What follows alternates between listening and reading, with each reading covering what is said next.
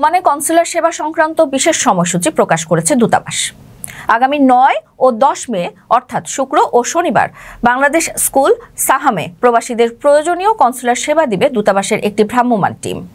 এ সময় সোহার, সাহাম ও বুরাইমি এলাকায় পূর্ববর্তী ট্যুরে জমাকৃত আবেদনের বিপরীতে প্রস্তুতকৃত পাসপোর্ট বিতরণ করা হবে।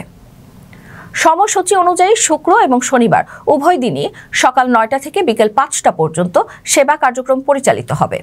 বিজ্ঞপ্তিতে বলা হয়েছে, পাসপোর্ট বিতরণের পাশাপাশি প্রবাসীদের ই-পাসপোর্ট আবেদন গ্রহণ, নথি সত্যায়ন, আউটপাস আবেদন, জন্ম নিবন্ধন, ওয়েজ আর্নার্স কল্যাণ বোর্ডের সদস্য পদ নবায়ন এবং আইনি সহায়তা সহ অন্যান্য কনসুলার সেবা দিবে টিম।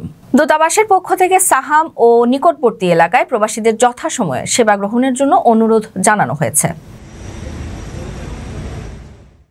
রেমিটেন্স যোদ্ধাদের ঢাকায় বিশেষ ছাড়ে রেডি ফ্ল্যাট দিচ্ছে শতভাগ বিশ্বস্ত ও নির্ভরযোগ্য প্রতিষ্ঠান প্রবাসীর সিটি।